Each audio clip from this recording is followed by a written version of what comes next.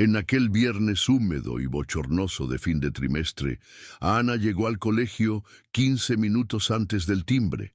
El cielo estaba gris, como si retuviera la lluvia por pura terquedad, y el patio todavía vacío hacía eco de sus pasos. Caminaba despacio, con los hombros tensos y la mirada clavada en el suelo, intentando no llamar la atención. Siempre llevaba las mismas zapatillas blancas, ahora amarillentas en los bordes, y la mochila pendía de un solo hombro, pesada más por el mundo que cargaba dentro que por los libros.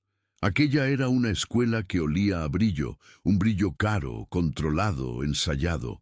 Las alumnas hablaban con acentos aprendidos, usaban perfumes con nombres en francés y llamaban a las trabajadoras por sus cargos, nunca por sus nombres. Ana era un punto fuera de la curva y ella lo sabía. Venía de un barrio donde el autobús pasaba cuando quería, donde las casas tenían más rejas que ventanas y donde el silencio no era paz, sino cansancio. Aquella mañana sabía que algo era distinto, no por el clima, sino por el aviso pegado en la puerta de la coordinación. Era solo una hoja A4 con un nombre garabateado con prisa, el suyo. Nadie explicó nada, pero allí entendió que esa noche la colocarían en el escenario y que por primera vez tendría que ser vista. No preguntó el motivo, ni lo necesitaba. Todos sabían que Melissa, la estrella del colegio, había sido internada por una crisis alérgica la noche anterior. La gala de fin de curso era el evento del año, y la canción final era el cierre simbólico, interpretada por quien la escuela considerara digna de representarla. A Ana sabía que su nombre en la lista no era honor, sino parche. La habían elegido no porque confiaran en ella, sino porque no tenían otra opción viable. El director la llamó al despacho como quien entrega una tarea con el plazo ya vencido. Hoy sustituyes a Melissa, ponte el traje, sube al escenario, canta y baja. Nada de improvisaciones, nada de ocurrencias. ¿Entendido? Ella solo asintió. No preguntó qué canción era ni si podía ensayar. Sabía que allí preguntar de más era un error. Salió con un papel arrugado en la mano, el guión de la presentación, y se sentó al fondo del auditorio vacío. Leyó cada palabra como quien lee una sentencia. Cantar no era el problema. Cantaba desde niña para su abuela, para sí misma, a veces para Dios, cuando el mundo se hacía demasiado pesado. El problema era cantar con todos mirándola, y no solo mirándola, exponiéndola. Allí, en ese escenario, no esperaban que diera lo mejor, esperaban que fallara y confirmara lo que siempre dijeron, que ella estaba allí por casualidad, que una becada no brilla. El resto del día transcurrió arrastrado. Las clases siguieron como si nada pasara, pero a Ana sentía las miradas que la atravesaban al pasar por los pasillos. No eran miradas de curiosidad, sino de duda, de juicio, de expectativa negativa. Unos cuchicheaban, otros se reían. Una chica de tercer año pasó junto a ella y comentó lo suficientemente alto. Ahora van a dejar que cualquiera cante. Ana fingió no oír como siempre hacía, pero las palabras se quedaron pegadas. Más que dolor, sentía un cansancio profundo, el cansancio de tener que demostrar que existía con dignidad en un lugar donde su sola presencia parecía una molestia. A la hora del almuerzo, se sentó en su rincón de siempre, cerca de la salida de emergencia del comedor. Abrió el tupper con arroz, frijoles y una lonja de huevo frito que su abuela había preparado temprano. El olor de la comida casera contrastaba con el ambiente, pero era el único lugar donde había verdad. Mientras masticaba en silencio, pensó si debía renunciar a la presentación, inventar una excusa, desaparecer. Pero algo dentro de ella, no valentía, sino terquedad, le decía que se quedara. No por ellos, sino por ella. En la última clase, antes de la presentación, una profesora de artes, que rara vez le dirigía la palabra, la llamó para una orientación rápida. Fue más un aviso que un ensayo. No mires mucho al público, puedes perderte. Mantén la espalda erguida. Respira hondo antes de cantar. No te emociones demasiado. Solo mantén el tono. Ana solo escuchó. No porque compartiera su opinión, sino porque ya había aprendido que allí, ser educada era cuestión de supervivencia. Cuando terminó, la profesora se levantó, dibujó una leve sonrisa tensa, como quien desea suerte pero no apuesta nada, y salió del aula. A Ana quedó sola unos minutos, mirando el piano en la esquina, cerrado, cubierto con una funda beige. Pensó en su abuela diciéndole que una buena voz no necesita escenario, solo verdad. En su cabeza, la canción estaba clara. Una pieza clásica, con notas difíciles y letra rebuscada, elegida para impresionar a los padres adinerados que estarían en la platea. No era su estilo, pero conocía cada sílaba. Había oído la versión de Melissa por casualidad, semanas antes, y sin querer la memorizó. Ana no sabía explicar por qué, pero solo bastaba una escucha y para retenerla. Aprendía en silencio, observando, sintiendo. Cuando sonó el timbre final, el colegio parecía otro. El personal técnico empezaba a montar las luces del escenario, se colocaban mesas en el vestíbulo con manteles bordados, y las alumnas más relevantes corrían con vestidos en fundas de plástico.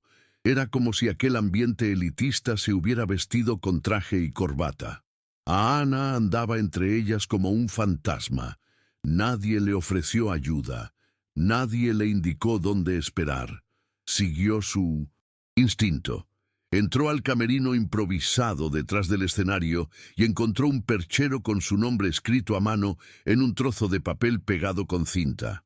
El vestido colgado era sencillo, azul marino, sin adornos. No era nuevo. Era una pieza de archivo del colegio, probablemente usada por otras becadas en eventos anteriores. La tela olía a naftalina mezclada con desinfectante barato. A Ana deslizó los dedos con cuidado, como quien toca algo que no fue hecho para ella. Luego se cambió despacio, sola, sin espejo, solo con el reflejo distorsionado de la ventana. Cuando se vio, no se reconoció, no porque estuviera ni bonita ni fea, sino porque en ese momento supo que por primera vez todos la verían. Y eso daba miedo.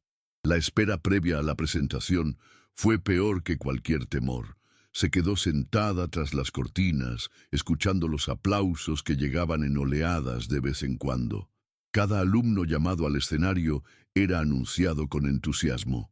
Sus nombres sonaban a medalla, acompañados de adjetivos: dedicado, brillante, líder nato. Ana sabía que cuando pronunciaran el suyo no habría nada de eso, tal vez ni aplauso. Su nombre sería leído como mera formalidad.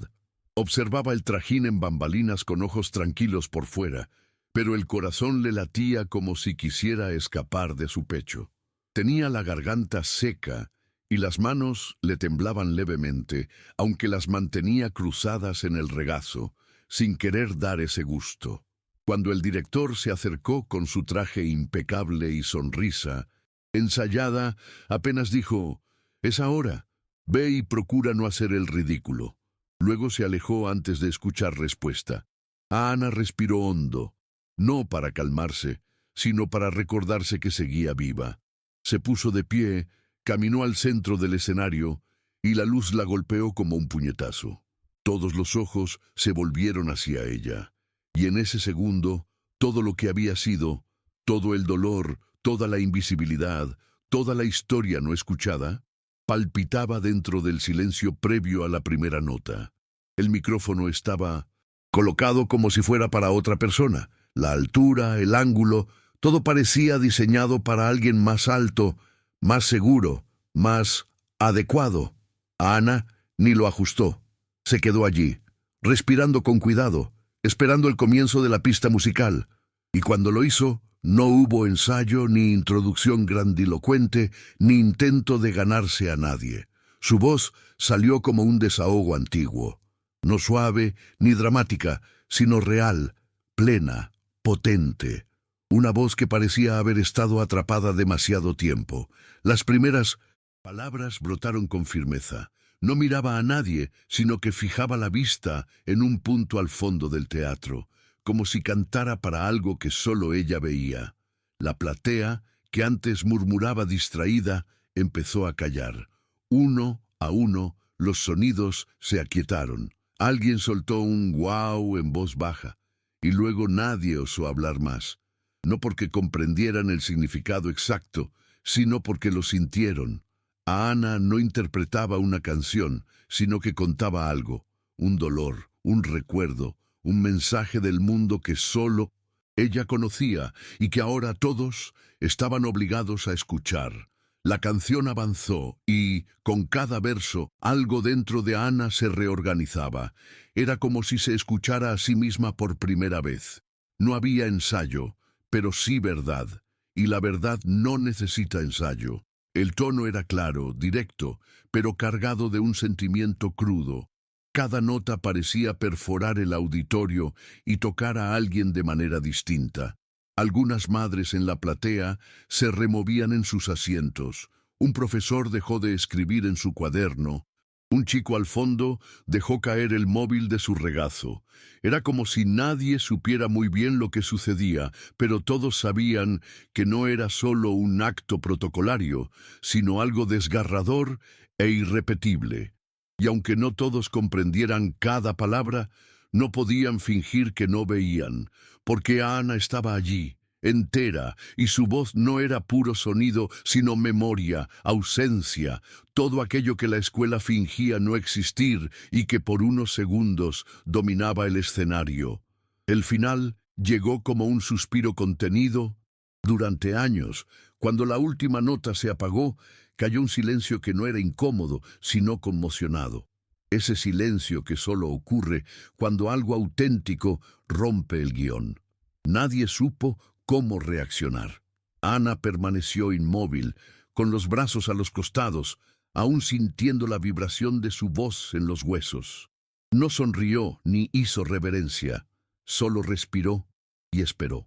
Los primeros aplausos fueron vacilantes, tímidos, como si el público aún dudara si estaba permitido aplaudir. Pero luego crecieron, no en euforia, sino en respeto. Ese tipo de aplauso que no se da por costumbre, sino por necesidad, un reconocimiento sin palabras. En el fondo de la sala, un hombre de barba canosa y ojos húmedos la contemplaba sin pestañear. Maurice Carter no la conocía, pero en ese instante parecía haberla esperado toda su vida. A Ana abandonó el escenario con la misma discreción con que había entrado. Recorrió con paso rápido el pasillo lateral, ignorando saludos apresurados y miradas atónitas. Fue directo al vestuario, donde el vestido azul marino le pesaba más que al ponérselo. Se cambió en silencio, volvió a su ropa sencilla de siempre y se sentó unos minutos en un banco de madera. Aún vibraba por dentro, como si cada célula intentara procesar lo que acababa de suceder. No había euforia ni alivio, sino una extraña calma. La paz mezclada con el viejo dolor de haber sido escuchada demasiado tarde. No quería regresar al auditorio, ver la cara del director, ni escuchar las felicitaciones fingidas de sus compañeras. No deseaba convertirse en un trofeo temporal de diversidad. Por eso tomó su mochila, se recogió el cabello y se preparó para irse, como siempre, callada, veloz, sin ocupar más espacio del necesario. Sin embargo, aquel día alguien la aguardaba en la puerta trasera. Un guardia la llamó con gentileza. «Hay un señor allá afuera que quiere hablar contigo». A Ana vaciló. Su instinto era huir, pero algo, quizás la misma fuerza que la impulsó al escenario, la retuvo. Salió despacio y encontró a Maurice junto a un coche, con semblante sereno y mirada firme. No sonrió, ni intentó suavizar la situación. Simplemente dijo: Tu nombre es Ana, ¿verdad? Te escuché cantar. Ella asintió, sin saber si responder o marcharse. Maurice continuó. No debiste estar aquí, o mejor dicho, debiste haber estado, pero no así. Tengo una fundación, la Carter Foundation. Trabajamos con jóvenes como tú, con talento al que el mundo insiste en ignorar. Ana no supo qué decir. Nadie le había hablado. Así, no como a una excepción, sino como a una potencia. Maurice le entregó una tarjeta y concluyó. Si quieres que te escuchen de verdad, llámame. Luego subió al coche y se alejó, dejando el sonido del motor desvaneciéndose en la calle. Esa noche, Ana llegó a casa sin pronunciar palabra. Su abuela estaba en el sillón, con sus viejos chancletas, y la tele apenas susurrando. Al verla entrar, preguntó, ¿Salió bien, hija? Ana respondió como siempre, salió bien, abuela. Subió a su cuarto, cerró la puerta y se sentó en la cama. La tarjeta de Maurice seguía en el bolsillo de su pantalón.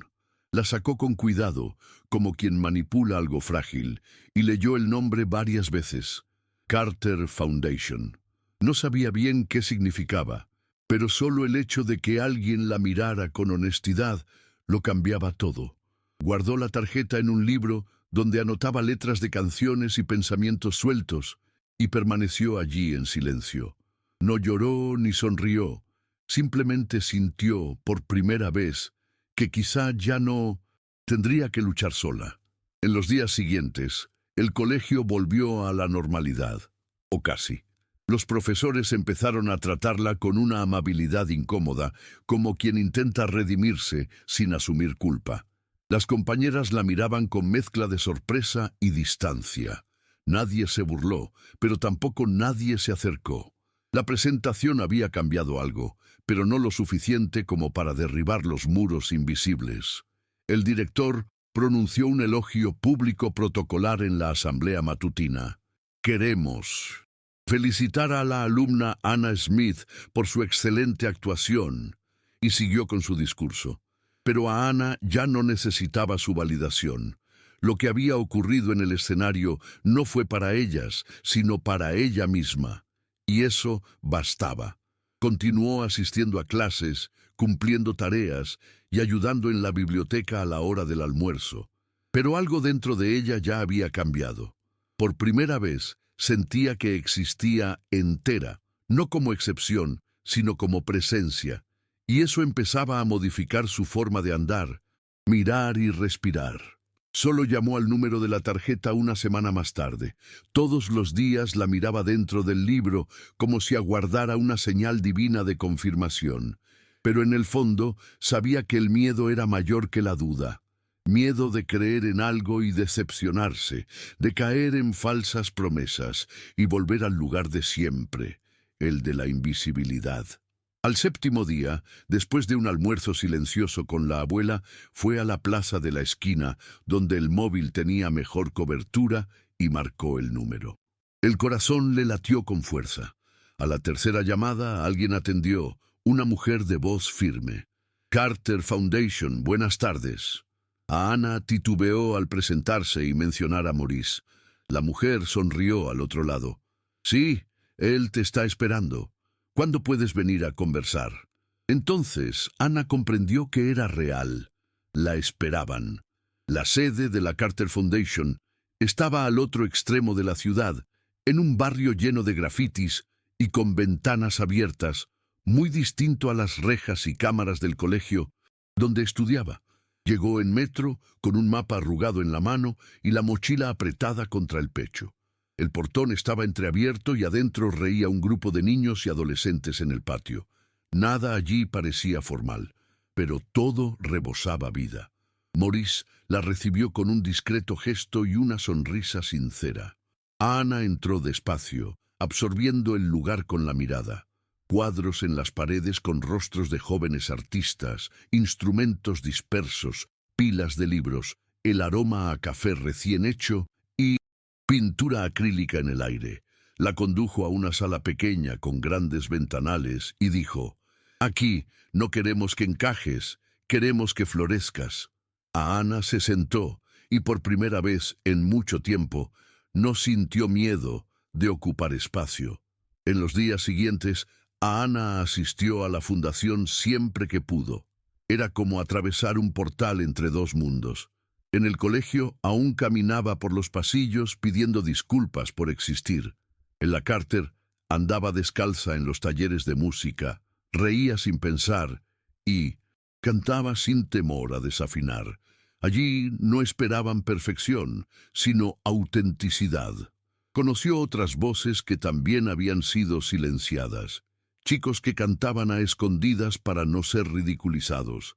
Chicas que escribían letras sobre añoranzas sin mostrarlas jamás. Allí el error no era vergüenza, sino aprendizaje.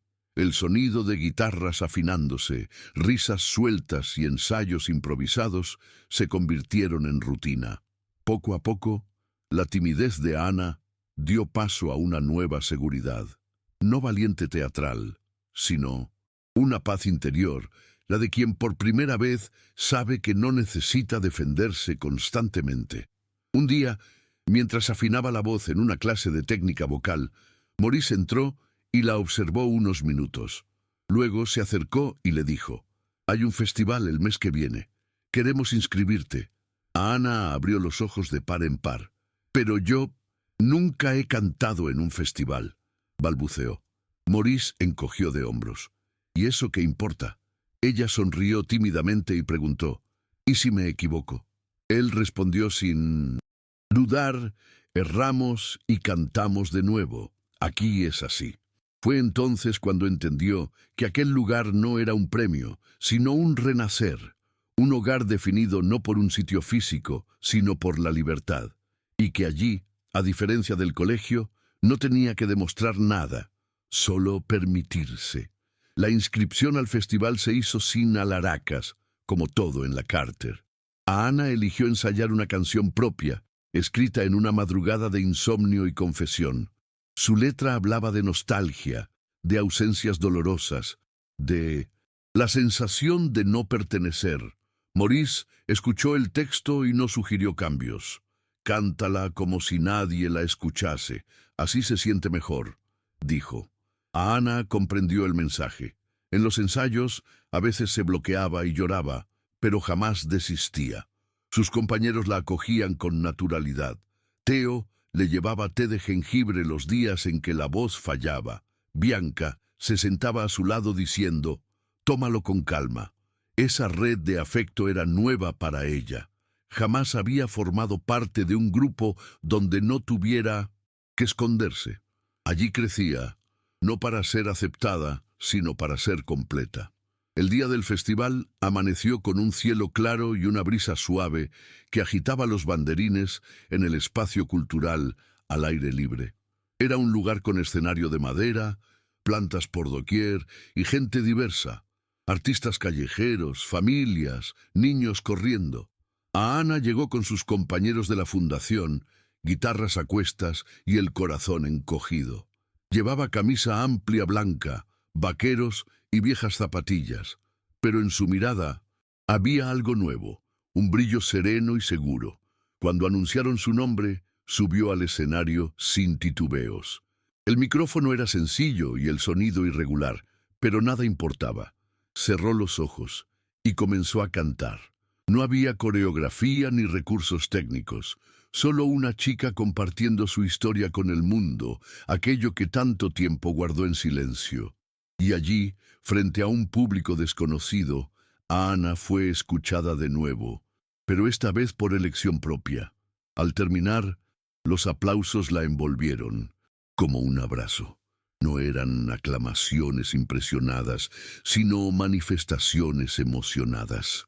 Ana bajó del escenario con los ojos brillosos, pero lucía una paz tranquila. Maurice la esperaba al costado, orgulloso sin excesos. No dijo nada, solo le dio un par de palmadas suaves en el hombro, como quien reconoce a un igual. Aquella tarde, Ana no tuvo que explicarse a nadie. No hubo preguntas sobre sus orígenes ni comparaciones con otras voces. Por primera vez, lo que ofrecía era aceptado sin filtros. Más tarde, sentada en el césped con sus amigos de la Carter, soltó una carcajada genuina, Habló más de lo habitual y sintió en todo el cuerpo que comenzaba a verse como merecía, completa, capaz, suficiente. El festival no fue un punto final, sino una coma, la pausa antes del próximo desafío. La noticia de la actuación de Ana en el festival llegó al colegio. Un profesor que había asistido publicó un video corto en redes sociales con la leyenda «Talento puro, viene de nuestra escuela». El post se viralizó en círculos educativos de la ciudad y pronto su nombre empezó a mencionarse en conversaciones que antes la pasaban por alto. La dirección, incómoda con la exposición repentina, intentó sacar partido. Organizó una asamblea extraordinaria e invitó a Ana a cantar en representación de la institución. Ella declinó. Con cortesía pero con firmeza explicó que su canto no era propaganda. La negativa generó tensión. Algunos profesores la entendieron, otros la llamaron ingrata en susurros. Pero Ana no retrocedió. Por primera vez elegía dónde quería estar, en lugar de aceptar lo que le concedían. Era el inicio de una nueva relación con el mundo. Su voz ya no era un favor, sino un derecho. Ana siguió yendo al colegio, pero con otra actitud. No se volvió popular ni fue cortejada. En realidad eso ni le importaba. Lo que cambió fue su percepción de sí misma. Caminaba por los pasillos con los hombros menos encorvados y pasos más firmes. Empezó a participar un poco más en clase. Alzaba la mano cuando sabía la respuesta y decía, «No entendí», cuando necesitaba ayuda. Pequeños gestos, casi imperceptibles, pero para ella revolucionarios. La profesora de portugués, antes indiferente, comenzó a elogiar sus redacciones. El bibliotecario, que casi no la notaba, empezó a reservarle libros. Y gradualmente, Ana ocupó su espacio. No porque se lo permitieran, sino porque dejó de pedir permiso. En la Carter, los proyectos continuaban intensos. Grabaciones, ensayos, nuevas composiciones. Y ella se redescubría no solo como artista, sino como persona. En casa, su abuela la observaba con ojos silenciosos y atentos. Era una mujer de pocas palabras, pero presencia firme. Notaba cada cambio en su nieta, cómo hablaba más en la cena, las horas dedicadas a la música, el brillo en su mirada al volver de la Carter.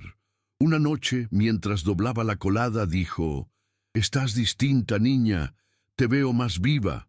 Ana sonrió sin responder, pues comprendió que la abuela tenía razón.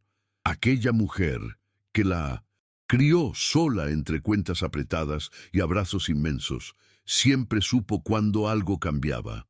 Y ver a su nieta florecer tras tanto silencio impuesto era como presenciar una planta crecer en el asfalto. Un milagro silencioso. Había orgullo, sí, pero también cuidado. La abuela no quería que se perdiera en la emoción, pero anhelaba en secreto que nadie la devolviera a su capullo. Se lo merecía. Con el tiempo, Ana fue invitada a una mesa redonda sobre arte y juventud periférica, organizada por la Carter Foundation y una universidad. Casi declinó. Ya dominaba el escenario, pero hablar con micrófono abierto, exponer su opinión y su vulnerabilidad sin melodía, era otro reto. Maurice, como siempre, no la presionó. Si quieres, tienes un espacio. Si no, entendemos. Ella lo pensó 2 días y finalmente aceptó. Llegó al evento vistiendo camiseta holgada y cabello recogido, con las manos sudorosas y un cuaderno repleto de notas que probablemente no usaría. Se sentó junto a otros jóvenes artistas y, al llegar su turno, respiró hondo y compartió su historia sin adornos. Confesó que durante mucho tiempo creyó no estar hecha para brillar, que aprendió a ser invisible para no molestar, y que ahora por fin intentaba existir según sus propias reglas.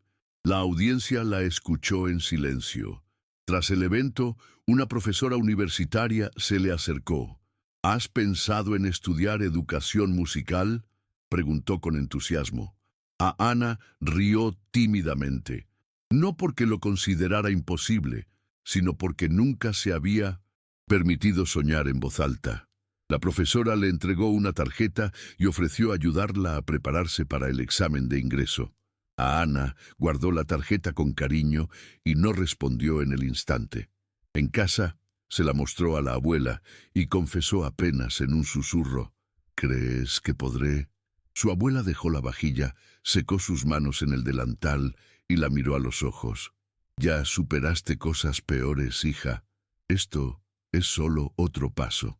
Aquella noche consultó por primera vez el sitio web de la universidad. Leyó sobre el plan de estudios, los profesores y las asignaturas. Y por primera vez pensó en un futuro no como fantasía, sino como un trayecto posible.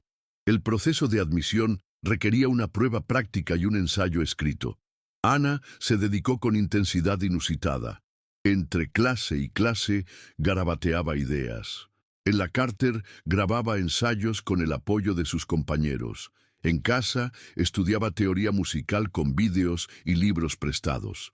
Fue una rutina extenuante, pero a diferencia de las exigencias del colegio, esta tenía sentido. Era deseo, no obligación. Maurice la supervisaba sin tomar el control. «Tienes que quererlo tú», le decía. Y ella quería. Por primera vez, quería algo para sí misma, no para demostrarle nada a nadie ni compensar pasadas humillaciones, sino porque amaba aquello. Cantar, componer, descifrar acordes y silencios daban sentido a su vida. Era como si todo el sufrimiento la hubiera preparado para ese momento. Cada rechazo, invisibilidad o ignorancia se convertía en combustible. El día de la prueba práctica, Ana llegó a la universidad con su misma mochila raída. Mientras esperaba, oía a otros aspirantes calentar la voz, comentar cursos caros, experiencias en escenarios internacionales y familias que los apoyaban. Ella estaba sola, pero no se intimidó. Cuando llamaron su nombre, respiró hondo y entró. Ofreció a la comisión una canción propia de las que solo cantaba en la Carter. Empezó suave y fue ganando fuerza, no en volumen, sino en autenticidad. Al terminar, el silencio reinó unos segundos. Luego uno de los profesores se quitó las gafas y dijo: «Gracias por esa interpretación». Eso bastó. Al salir, envió un breve mensaje a Maurice. «Lo hice a mi manera». Él respondió con un emoji de puño cerrado. Era todo. Ya no necesitaba encajar. Había hallado su forma de existir y apenas comenzaba. 2 semanas después, llegó el correo. Admitida. Ana leyó la confirmación en el móvil de la biblioteca, sentada en una tarde cualquiera. Las manos le sudaron y su corazón latió, tan fuerte que tuvo que levantarse y respirar al aire libre. Se sentó en un banco frente al colegio, alzó la vista al cielo y sonrió para sí misma. No gritó ni corrió, simplemente sintió. Fue como si algo dentro de ella encajara por fin. Envió un mensaje a su abuela. Lo conseguí. La respuesta llegó al instante. Lo sabía. Aquella noche, su abuela preparó macarrones con salsa de tomate, su plato favorito. Se sentaron a la mesa sin televisión, solo ellas dos, comiendo despacio y hablando poco, pero intercambiando miradas cargadas de todo: orgullo, amor y la promesa de un mañana que finalmente parecía posible. En el colegio, el rumor se esparció poco a poco. Algunos profesores fingieron sorpresa, otros aseguraron haberlo esperado. Las compañeras siguieron distantes, pero ya no hostiles. Era como si no supieran cómo reaccionar al hecho de que la chica callada estudiaría música en la universidad con mérito, sin concesiones ni caridad. El director intentó incluirla en la ceremonia de 1900 graduación, pero Ana declinó. «Prefiero irme por la puerta principal, sin aplausos que jamás pedí». Dejó los libros de la biblioteca organizados. Escribió una breve carta de agradecimiento a la profesora, que la apoyó sin pedir nada a cambio, y se despidió discretamente. No había resentimiento, pero tampoco nostalgia. Comprendió que aquel ciclo se cerraba y que el lugar que una vez la excluyó Era apenas un capítulo de su historia, no su condena. El primer día en la universidad fue distinto a todo. En cuanto conocía, el campus, amplio, con edificios antiguos y árboles que brindaban sombra en los bancos, bullía de gente diversa, cabellos de colores, guitarras al hombro, risas resonantes y debates sobre arte y política. Ana llegó temprano, como siempre, y contempló el entorno antes de entrar a clase. Al presentarse, dijo su nombre y que provenía de la Carter Foundation. Un compañero exclamó: «Ah, esa sí que es buena». Y ella sintió pertenencia instantánea. Por primera vez no tuvo que justificar su presencia. No era becada ni la distinta, sino estudiante, artista, simplemente Ana. Las clases comenzaron, y con ellas, nuevos retos, teoría avanzada, historia de la música brasileña, práctica coral. Ana sentía un nudo en el estómago, temerosa de que la descubrieran fuera de lugar. Pero día tras día nadie la desmintió. Por el contrario, sus profesores elogiaban sus composiciones y sus compañeros pedían ayuda con las letras. En una sesión de improvisación vocal, soltó una nota que silenció toda la sala. El profesor, asombrado, dijo: «Eso es lo que llamamos presencia». Ella se sonrojó y bajó la mirada, pero por dentro una llama se encendió. No era vanidad, sino validación, de las que no se piden, sino se construyen con constancia, llenando los vacíos que el mundo dejó. Con las semanas, Ana empezó a escribir canciones con propósito, no solo para desahogarse, sino como lenguaje. Sus versos contenían fragmentos de su abuela, de las calles de su infancia y de las ausencias que la marcaron. Cuando mostró uno de esos temas a un profesor, un compositor riguroso, él guardó silencio y luego dijo: «Aquí hay verdad, eso no se enseña».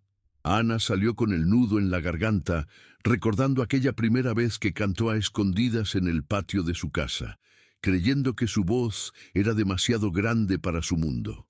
Ahora, esa voz era escuchada, estudiada y respetada. Las mismas palabras que susurró para no molestar ahora resonaban en pasillos impensados. Era extraño, hermoso y justo, y comprendió que ya no debía encogerse para caber en ningún lugar. Para el trabajo final del semestre, la clase debía presentar un proyecto propio que combinara música e identidad.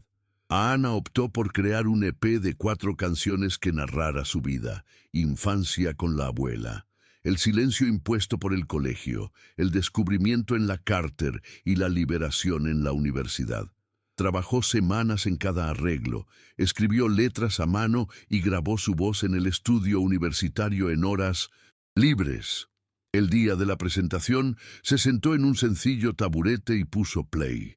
Las canciones sonaron con letras honestas y melodías crudas. Al finalizar, la sala quedó en silencio. Luego llegaron los aplausos sinceros y contenidos. El profesor dijo algo que Ana guardaría por siempre: «Esto no es solo música, sino memoria viva».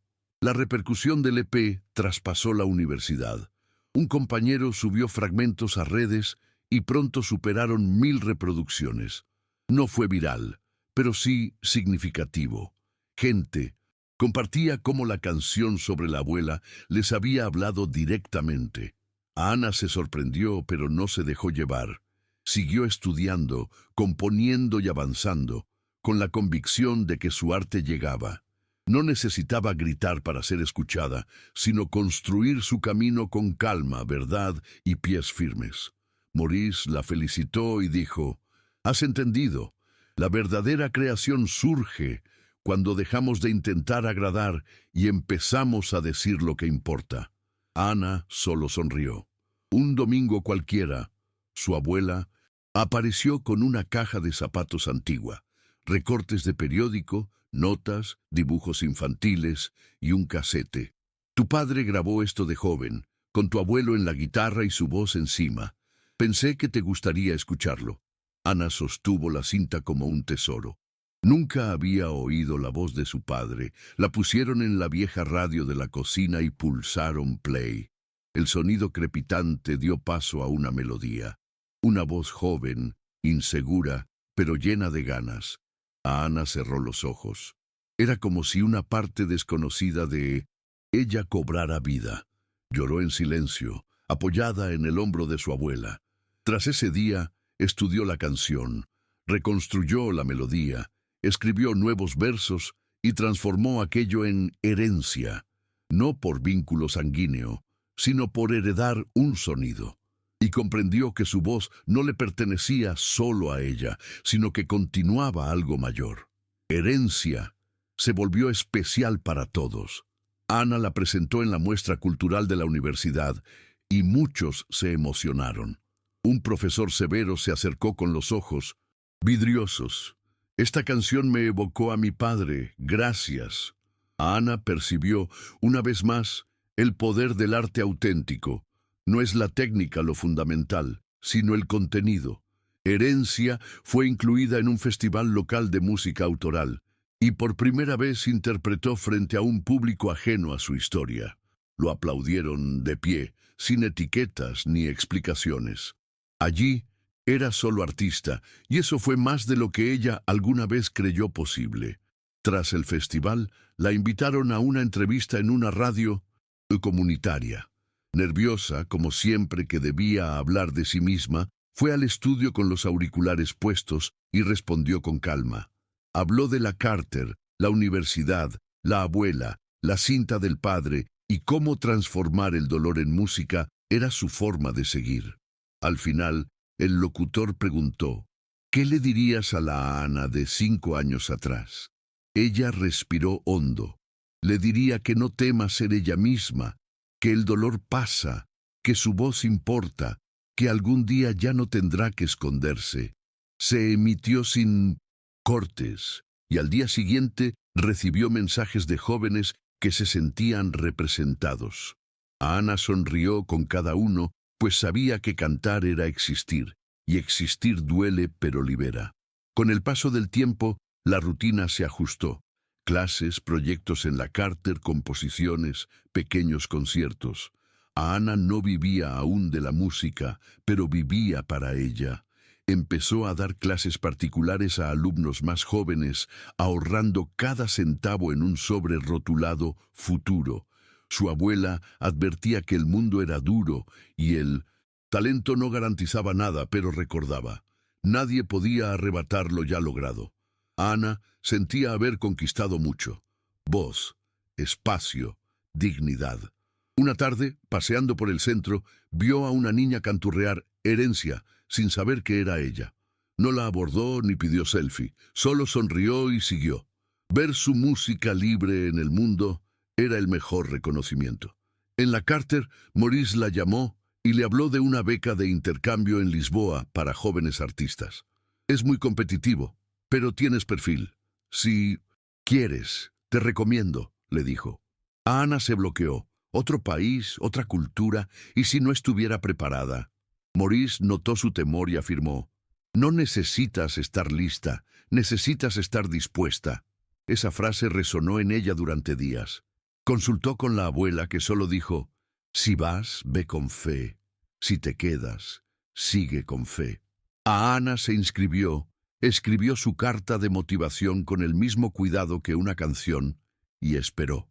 Durante semanas vivió con normalidad, fingiendo no pensar en ello, hasta que un buen día llegó el correo de aceptación. Has sido seleccionada, y de nuevo el mundo le indicaba el camino. Viajar a Lisboa fue un rito de paso. Ana nunca había tomado un avión ni salido del país. La despedida en el aeropuerto fue silenciosa. Un abrazo largo, un beso en la frente y la frase que se volvió mantra, hazlo a tu manera, hija. El vuelo fue turbulento, más por sus emociones que por las nubes. Durante el trayecto repasó cada etapa. El escenario improvisado en la Carter, su debut, universitario, el EP, la cinta de su padre. Y al cruzar el océano, sola con una maleta liviana y partituras, supo que su canto la había llevado a lugares donde sus pies jamás llegarían. El programa en Lisboa fue intenso. Talleres diurnos, conciertos nocturnos, intercambios con artistas de todo el mundo. Al principio se sintió pequeña, no por talento, sino por trayectoria. Otros ya tenían carreras sólidas y agentes. Ella contaba su historia, su disciplina y su voz, y eso fue suficiente. En un encuentro, cada artista debía presentar una canción de su origen. Ana escogió Herencia y la entonó con su calma característica.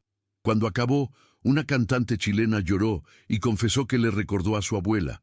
Un percusionista senegalés dijo que aunque no entendía la letra, lo sintió todo.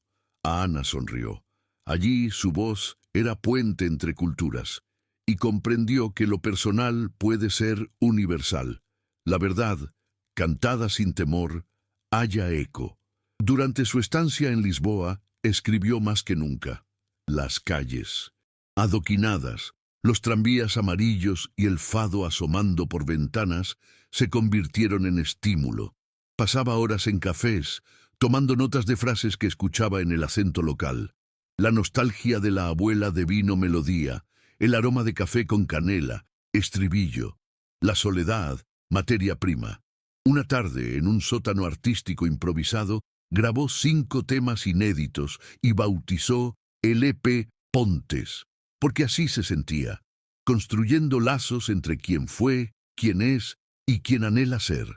Las canciones, crudas y sin grandes producción, circularon en playlists alternativas, pero sobre todo tenían alma. Quien las escuchaba, sentía. La verdad, manifestó, encuentra siempre a quien la reciba. Al final del intercambio, hubo una presentación colectiva, 5 minutos por artista. Ana preparó un tema reciente, nacido en una madrugada de añoranza y coraje. Subió al escenario con vestido sencillo, cabello recogido y una guitarra prestada. El público era pequeño, pero atento. Cuando comenzó a cantar, el silencio se apoderó del recinto. La canción hablaba de partida y renacer, de valentía frente al miedo. Al concluir, tampoco hubo aplausos inmediatos, sino un respetuoso mutismo.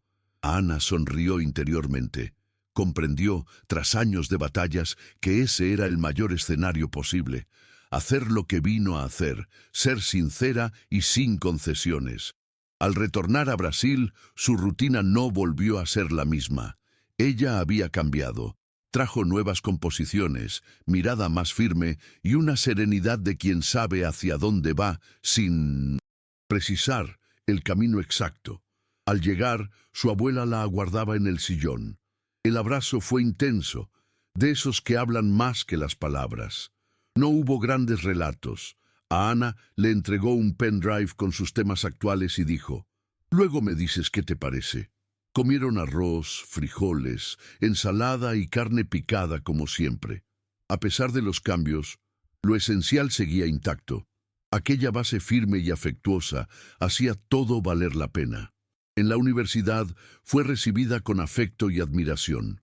Algunos profesores citaron su experiencia en el extranjero como ejemplo, pero a Ana evadió el pedestal afirmando: «Estoy aprendiendo. El talento no me hace mejor, solo responsable». Comenzó a impartir talleres de composición para estudiantes de primer año, compartiendo métodos y narrando vivencias. Explicaba que toda música nace de una memoria y que esa memoria puede convertirse en canción. Las clases se llenaban. Muchos iban a escuchar, otros traían letras tímidas y melodías urgentes. A Ana los escuchaba a todos con atención, pues conocía el peso de tener algo que decir y no hallar oídos dispuestos. En poco tiempo fundó un colectivo artístico en la universidad, dedicado a jóvenes de entornos periféricos. No buscaba ser la excepción, sino la puerta. Y así, sin alzar la voz, Ana seguía abriendo espacios para sí misma y para los demás. Con el colectivo en marcha, comprendió que su misión mutaba. Ya no solo se trataba de cantar o componer, sino de construir puentes para que otros transitaran. Empezó a visitar colegios públicos, a conversar con adolescentes y a demostrar que había lugar para ellos, aun cuando nadie se lo advirtiera. En una de esas visitas reencontró a un profesor del antiguo colegio donde fue becada. Él, sorprendido, murmuró: «Siempre tuviste talento. La escuela no supo verlo». Ana asintió sin reproches. Sabía lo que eso había costado y agradecía que su voz existiera no a pesar de aquella escuela, sino también gracias a ella. Era la prueba viviente de que aunque todo presione para el silencio, siempre es posible existir y más aún florecer. Poco a poco surgieron frutos. Estudiantes del colectivo lanzaron sus proyectos, ocuparon pequeños escenarios y circularon por lugares antes inaccesibles. En cada uno veía una parte suya. Sabía que el verdadero reconocimiento no nacía de premios ni de likes, sino de persistir. Un día recibió un mensaje de una chica de provincia que decía: «Escuché tu música y decidí no renunciar a mi audición en el conservatorio. Gracias por existir». Ana se quedó en silencio ante la pantalla y luego respondió: «Gracias por escuchar». Y era todo. Su lugar en el mundo se iba construyendo nota a nota, historia tras historia. Aún enfrentaba días difíciles, inseguridades y miedos antiguos, pero ahora sabía cómo recibirlos. Había encontrado su voz, y cuando uno halla su voz, el mundo, aunque no cambie, adquiere sentido. La invitación para un documental sobre juventud y arte en la periferia fue la primera vez que su historia se contó desde otros ojos. La producción la siguió semanas, ensayos con el colectivo, clases, momentos con su abuela y paseos silenciosos con auriculares. Al estrenarse el film en un festival independiente, Ana se sentó en las últimas filas. Detestaba ser protagonista, pero al verse en pantalla comprendió que era alguien entero, sin simbolismos ni rarezas. Ver su trayectoria reflejada en realidades ajenas la conmovió profundamente. Tras la proyección, un grupo de adolescentes se acercó. Creía que mi historia era demasiado ordinaria para un documental, pero ahora pienso que solo estaba mal contada. Tras el festival, llegaron ofertas de discográficas y colaboraciones con artistas consagrados. Analizó cada contrato con calma, consultó con Maurice y reflexionó. Al final optó por el camino más lento pero coherente. Fundó su propio sello independiente para lanzar a los artistas de su colectivo y preservar su autonomía creativa. Lo llamó Raíz Baja, aludiendo a cómo las plantas crean raíces profundas aunque nadie las ve. La primera compilación del sello se estrenó en un evento abierto en una plaza pública. Nada de alfombra roja ni luces artificiales. Solo música, gente y verdad. Ana fue la última en presentarse y cuando su voz inundó el aire no estaba sola, sino acompañada en eco y resonancia. Aquel escenario ya no era espacio de exhibición, sino de encuentro. Y Ana supo entonces que había llegado. El sello creció con lentitud, pero con firmeza. Ana nunca aspiró a ser estrella, sino puente y suelo fértil. En una entrevista, al preguntarle si se veía como referente, contestó tímida: «Me siento cruzada por muchos referentes. Mi abuela, mi padre, mi infancia. Si ahora sirvo de espejo, es porque antes fui reflejo». Y quizá era así. Su fuerza no residía en querer ser vista, sino en nunca ocultar su esencia. Continuaba viajando en autobús, comprando en la tienda de la esquina y llevando los discos del sello en la mochila. Seguía siendo aquella niña que cantaba en su cuarto, pero ahora su voz llegaba lejos. Más aún, hacía surgir otras voces. Voces que estuvieron silenciadas, tímidas, avergonzadas, y que ahora, gracias a ella, descubrían el valor de alzarse, de cantar, de existir. Un domingo, la antigua escuela la invitó a bautizar la sala de música de un colegio público en la periferia.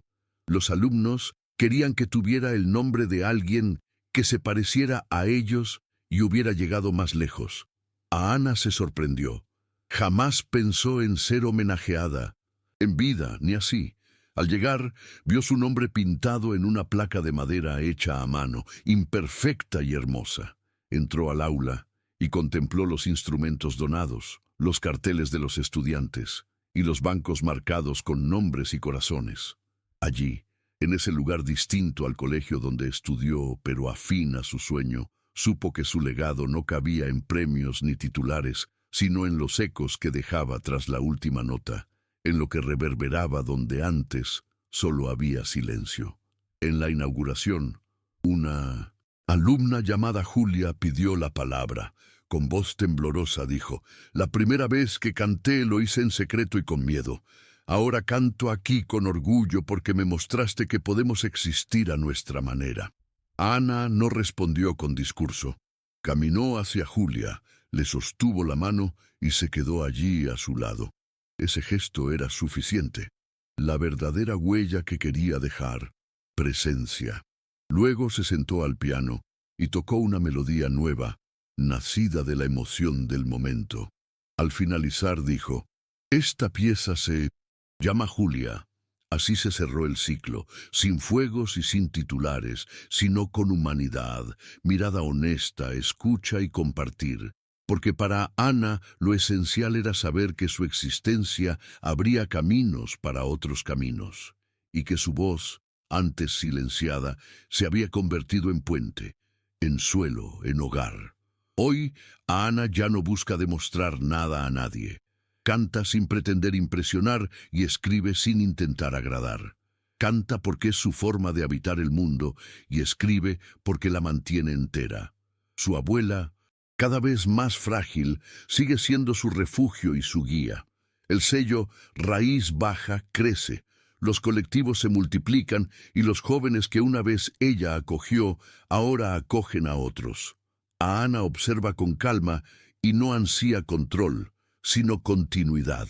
Su nombre aparece en artículos, conferencias y homenajes, pero lo que más le conmovía era aquel breve mensaje: «Me diste coraje», porque aprendió que ser escuchada requiere, primero, aprender a escuchar.